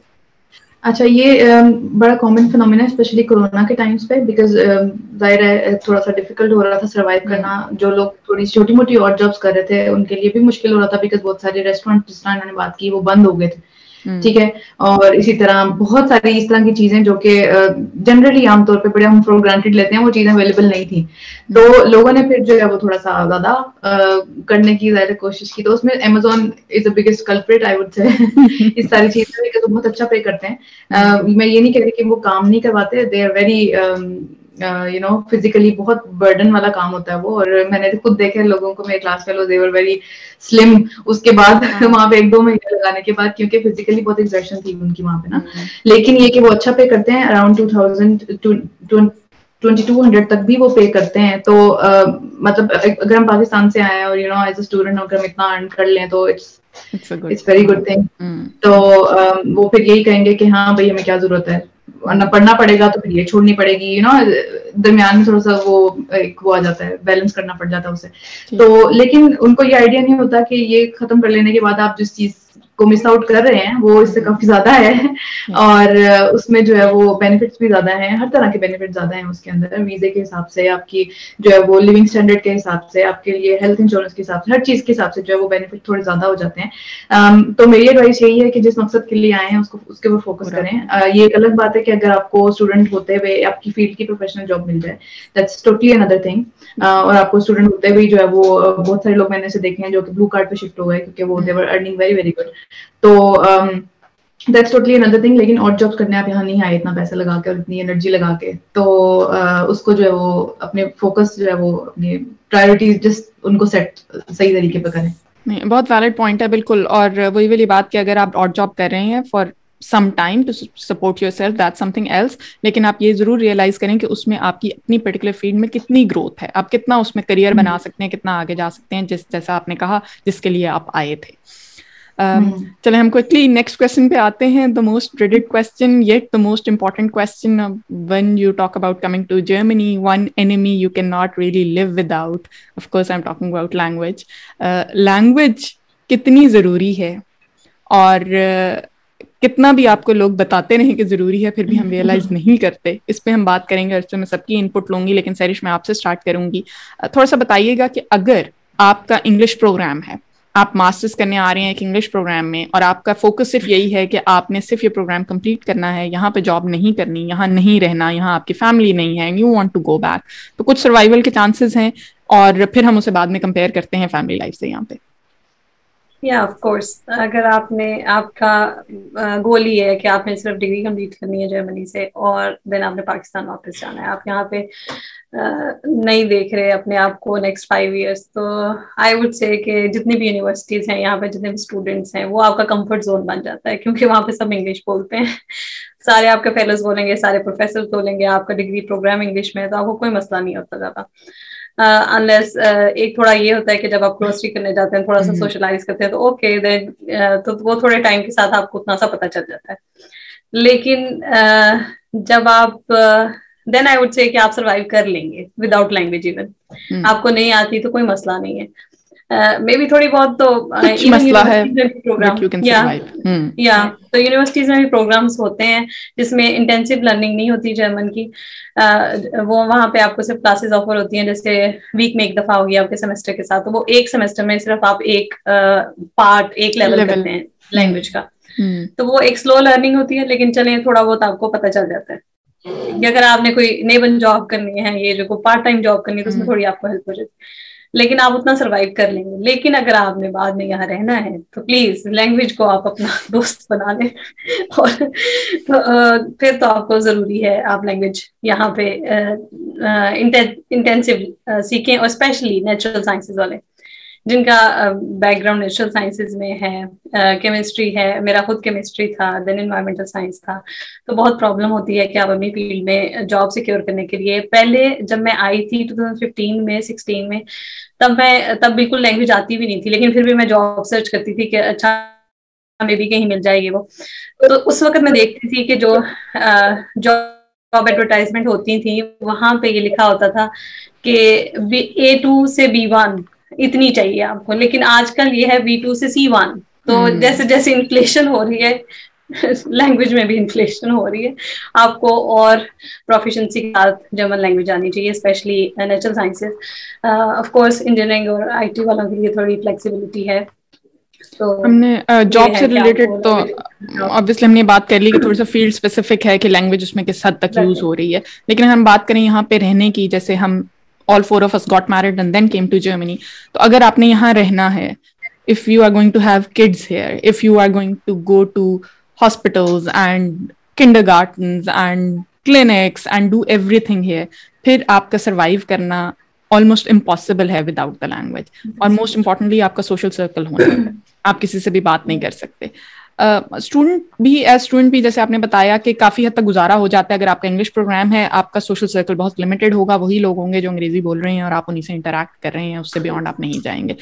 लेकिन मे बी सर्वाइवल, अगर आप बेयर मिनिमम पे चलना चाहते हैं तो मे बी वो हो सकता है, but don't take it as an encouragement कि इसके बगैर गुजारा हो सकता है, क्योंकि I think I speak for all 4 of us when I'll say कि जब आपके स्पेशली हमारे केसेस में when you get married and you plan to come here on family reunion visa, तो आपके फियांसेस, आपके हस्बैंड्स आपको जितना भी बताते रहे कि यहाँ गुजारा नहीं है, जब तक आके आपको धचका नहीं लगता, you don't really realize कि yes, German is not, English is not the international language here at least। आपको कोई साइंस नहीं मिलते इवन इंग्लिश में, आपको बोर्ड्स नहीं मिलेंगे, आपको एडवर्टाइजमेंट्स नहीं मिलेंगी, आपको हेल्पफुल नहीं है, और एक जनरल एटीट्यूड भी है कि आपको ऐसा नहीं है। I think they don't really take pride in the fact कि आप वो बात करते करते जरूर इंग्लिश मिक्स कर जाएंगे, जैसे हमें बैक होम पाकिस्तान में आदत है कि हम बात करते, जैसे मैं अभी भी कर रही हूँ, तो आप अनइंटेंशनली भी इंग्लिश मिक्स करते जाते हैं। यहाँ पे वो नहीं होगा, यहाँ पे जो जर्मन बोलता है वो सिर्फ जर्मन ही बोलेगा।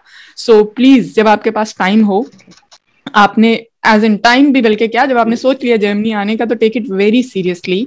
अगर आपकी एंगेजमेंट हो गई है, अगर आपकी शादी हो रही है, somebody your spouse is living here, तो वहाँ पे बहुत ज़रूरी है कि आप लैंग्वेज सीखना शुरू कर दें। मैं अपनी एग्जांपल यहाँ पे शेयर करूँगी कि व्हेन आई गॉट एंगेज तो मैंने A1 कर लिया था, क्योंकि वीज़ा रिक्वायरमेंट थी, तब फैमिली वीज़ा के लिए ज़रूरी होता था करना। आई थिंक अब ब्लू कार्ड वगैरह की वजह से हमेशा ज़रूरी नहीं होता, बट दैट वाज A1 आपका गोएथे इंस्टीट्यूट से क्लियर होना रिक्वायरमेंट थी। उसके बाद A2 मैंने तब कर लिया जितनी देर हमारे पास वीजा प्रोसेसिंग का टाइम था, और इधर आके आई डिड B1 B2।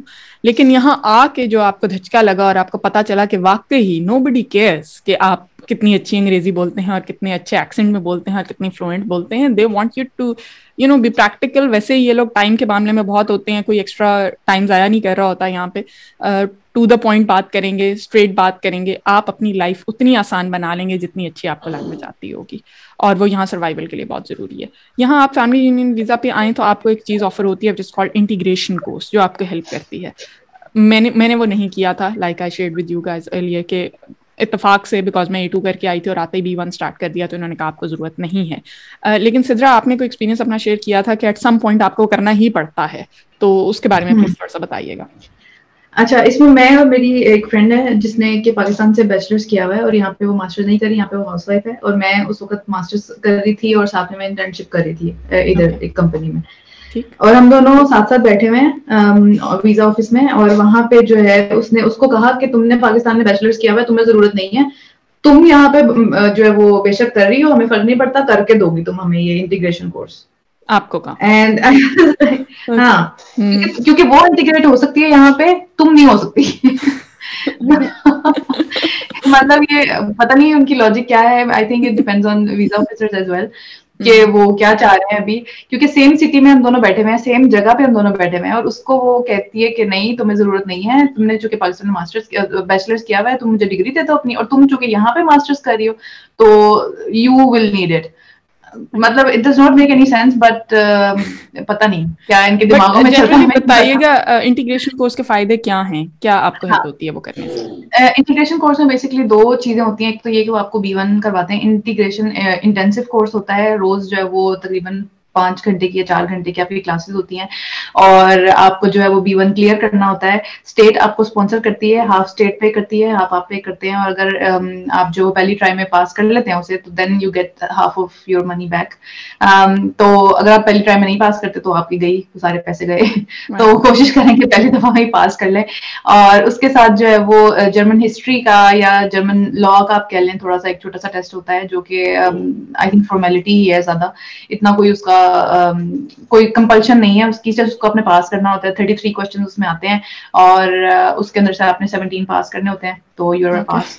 तो वो कोई इतना मुश्किल काम नहीं है। ये दोनों मिला के इंटीग्रेशन कोर्स बनता है, और इसके फायदे मैं पहले, क्योंकि मैं जॉब कर भी रही थी, तो मुझे लगा कि यार मुझे इतनी जरूरत नहीं है इस चीज की, तो मुझे तो जो है ना वो स्टूडेंट जॉब मिली हुई है, कोई खास इतनी कोई मसला नहीं है, यानी क्यों मैं करूँ। मुझे बहुत बड़ा बर्डन लग रहा था, क्योंकि मैं एक फुल जॉब कर रही थी और उसके साथ मुझे ये करना पड़ गया, तो एक बहुत बड़ी मसला मेरे लिए बन गया वहां पे। तो और ये मेजरली जो है वो होता भी सुबह के टाइम पे 8 से 12, यूजुअली यही टाइम होता है, 8 से 12 या 12:30 का। तो अब वो मैनेज करना मेरे लिए बड़ा मुश्किल हो गया, लेकिन अब जब मैंने ये कर लिया है, तो I think this should be the first thing जो कि आपको करनी चाहिए जर्मनी आके, बिकॉज ये बहुत ज्यादा जरूरी है लैंग्वेज को सीखना और इसको जो है ना इम्प्लीमेंट करना। और दूसरा ये कि वहां पे चूंकि सारे आपके जैसे होते हैं, तो सब भी बोलने में हेजिटेट कर रहे होते हैं, और आप भी कर रहे होते हैं एग्जैक्टली। तो यानी वहीं पे आप सारे जो है वो बच्चों की तरह बोलना सीखते हैं, तो काफी हेल्पफुल रहता है वो, आपकी थोड़ी बहुत हेजिटेशन भी निकल जाती है। बाकी रियल लाइफ में तो आपने खुद ही बोलना है, अगर आप नहीं बोलेंगे भूल जाएगी, दिमाग से फौरन से पहले निकल जाएगी, और आप बैठे रहेंगे। नहीं, जर्मन लैंग्वेज आप जब तक सीख रहे हैं, आई थिंक आप बोलना तभी शुरू करेंगे, फ्लुएंट आप तभी होंगे जब आप बोलना शुरू कर देंगे। आप गलतियां भी कर रहे हैं और आप जर्मन से बात कर रहे हैं, तो कॉन्फिडेंटली गलतियां करें और करते चले जाएं, and that's how you learn. लेकिन इसके अंदर मैं एक चीज रेकमेंड करूंगी जो कि मुझे बहुत ज्यादा फायदेमंद लगती है, वो ये कि अगर आपका कोई फेवरेट टीवी शो है नेटफ्लिक्स के ऊपर, जैसे मेरा फ्रेंड्स है, ठीक है, तो अब उसको वो मुझे सारा याद है, ठीक है, कि वो सारा क्या हुआ उसके अंदर, तो मैं उसमें ऐसा करती हूँ कि उसको इंग्लिश में चला के मैं उसके सबटाइटल्स जो है वो जर्मन में देख रही होती हूँ। तो it's very very helpful, because वो जो स्लैंग्स होते हैं लैंग्वेज की, वो हम स्कूल्स में नहीं सीख सकते, कभी भी नहीं सीख सकते। दैट्स अ स्ट्रीट लैंग्वेज, और स्ट्रीट लैंग्वेज आप स्ट्रीट्स में ही सीख सकते हैं, वो आप उसके बाहर नहीं सीख सकते। तो इट्स वेरी हेल्पफुल कि अगर आप जो है वो इस तरह का कोई काम करके देखें, तो आपको लिसनिंग में भी एक तो हेल्प होती है, और दूसरा ये कि आपकी रीडिंग इंप्रूव होती है, तीसरी चीज ये कि आपको स्लैंग्स आती हैं। तो ये एक छोटी सी टिप है मेरी तरफ से। आई थिंक इसमें एक क्विक सी टिप मैं भी ऐड करूंगी। जब मैं आई थी तो आई रिमेंबर मेरा सर्कल वही था, इनिशियली सोशल सर्कल वही था जो मेरे हस्बैंड का था। All of them were kind enough that they started speaking English मेरे आते ही, जिनको नहीं आती थी वो भी बोलना शुरू कर दिया। लेकिन जिस दिन मैंने, which was soon after I came here, मैंने B1 स्टार्ट किया, तो उन्होंने कहा अब हम नहीं बोलेंगे, अब हम जर्मनी बोलेंगे, और आपको जो नहीं समझ आएगी हमसे पूछो। और देन आई सेड ठीक है, मैं भी जवाब आपको जर्मन में ही दूंगी, जितनी गलतियां करूंगी correct me, and I won't take it as an offense, I would learn, and that helped me a great deal. मतलब वो सब यही होता था कि सब बैठ के सना की गलती निकाल रहे हैं, but in no time you start speaking fluently. आपको ऑलरेडी पता चलता है, और वो बातें तो थोड़ा सा इसमें आपको assertive होना पड़ेगा कि yes we have to do it and there is no way out of it. it's very important to realize that कि there's no way out of it. आपने लैंग्वेज सीखनी ही सीखनी है if you want to survive here, और it will help you. आप बहुत comfortable हो जाते हैं, जैसे कंफर्ट जोन की बात की सैरिश ने, कि आप समझते हैं कि अच्छा सिर्फ इंग्लिश उस सर्कल में हम सर्वाइव कर रहे हैं, और आप डरते रहते हैं, हेजिटेट करते रहते हैं अपना सर्कल एक्सपैंड करने में, सोशलाइज करने में, लोगों से मिलने में, तो उसमें बहुत ज़्यादा हेल्प हो जाती है. The day you start speaking German, आप अपने नेबर्स से बात करें, आप जिनसे भी बात करें, एंड पीपल आर अप्रिशिएटिव. मेरा सो फार एटलीस्ट ऐसा एक्सपीरियंस नहीं हुआ कि आप कोई गलती कर रहे हैं या आप गलत कर रहे हैं तो वो आपका मजाक उड़ाएं, रादर दे अप्रिशिएटेड कि आप आए, अच्छा आपने सीख ली, आपने तो जल्दी सीख ली, और they help you out with that. I think quickly हम नेक्स्ट क्वेश्चन पे आते हैं, जहाँ हम रैप अप भी करेंगे अपनी डिस्कशन.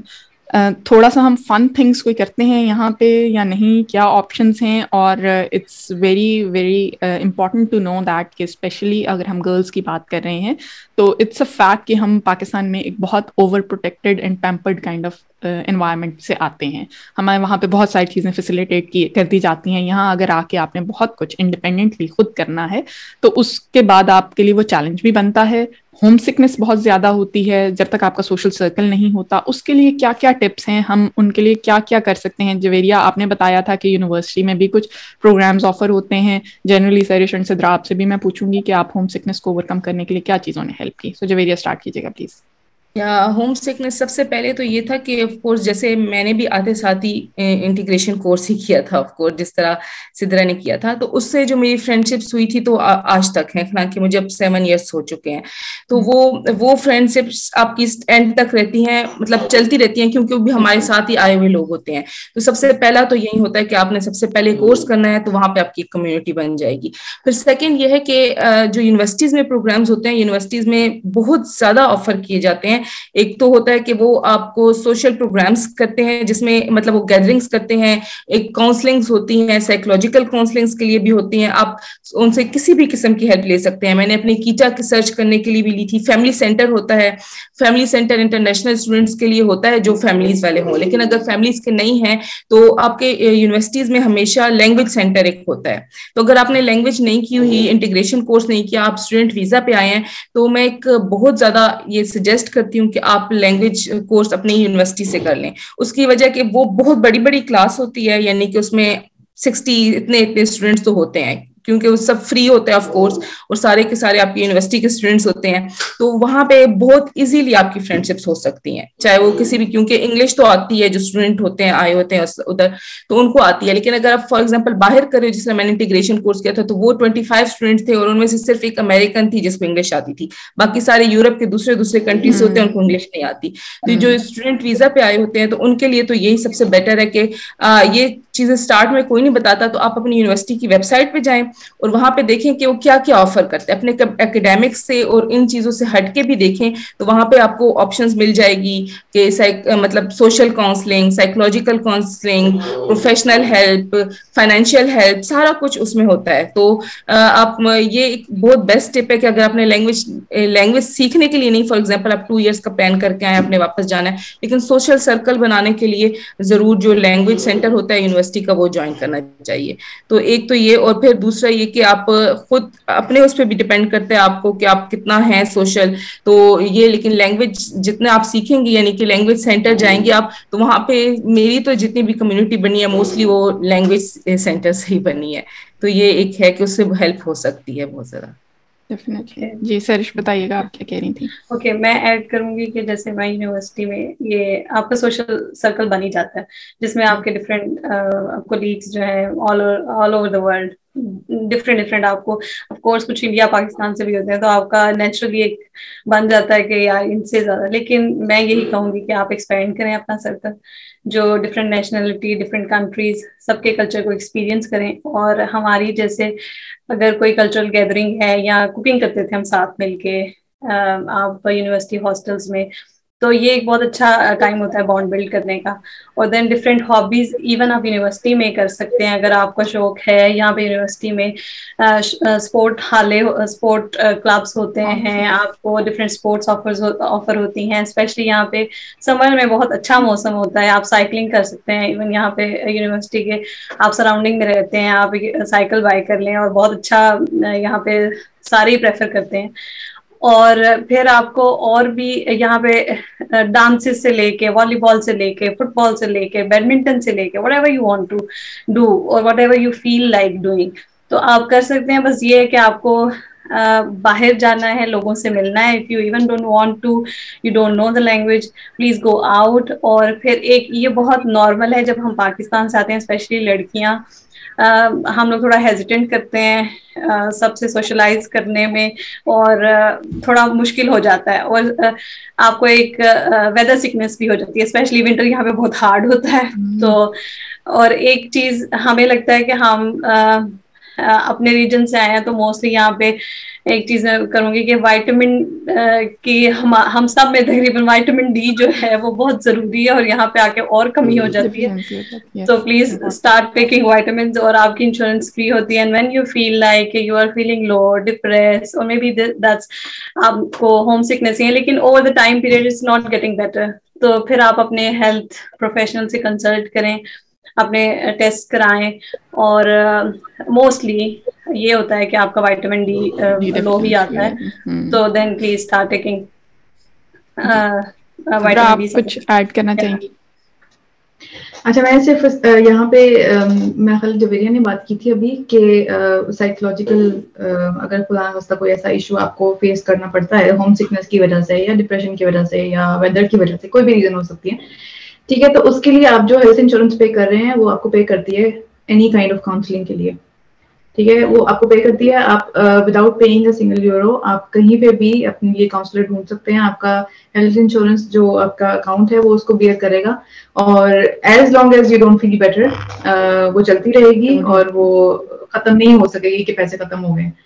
तो ऑल्दो ये बहुत एक्सपेंसिव होता है अगर आप खुद से पे करें, प्राइवेटली पे करें, लेकिन पब्लिक हेल्थ इंश्योरेंस के अंदर ये कवर होती है चीज। और कुछ ही, यानी आप कह रहे हैं कुछ ही काउंसलर्स कवर होते हैं, सारे काउंसलर्स कवर नहीं होते, but you have to find वो वाला काउंसलर जो कि कवर होता है इसके अंदर ना। एक ये इम्पोर्टेंट पॉइंट है। और दूसरा, जिस तरह सैरिश ने बताया विंटर्स थोड़े से टफ हो सकते हैं, उसके लिए इंडोर एक्टिविटीज जो है वो आप देख सकती हैं। फॉर एग्जांपल जिसमें कुकिंग की बात की है, कुकिंग के पूरे क्लब्स हैं जो कि यानी इस तरह से कर रहे होते हैं। इसी तरह जो गेमिंग करते हैं, ऑनलाइन गेमिंग, लड़कों को थोड़ा शौक होता है, उनके लिए भी पूरे क्लब्स हैं जो कि पूरी रात गेमिंग कर रहे होते हैं बैठ के, और उसमें फिर टाइम का पता नहीं चलता और आपकी बॉन्डिंग भी हो जाती है। दूसरी चीज ये कि मैं पर्सनली खुद पेंटिंग करती हूँ, तो पेंटिंग्स के लिए भी जो है वो पूरी रातों को पूरे दिन जो है वो चैलेंजेस होते हैं कि हाँ जी हम जो है ना वो ये पेंट करेंगे, और फिर एंड पे सारे जो है उनको ऑक्शन के लिए भी लगा रहे होते हैं अपनी पेंटिंग्स को।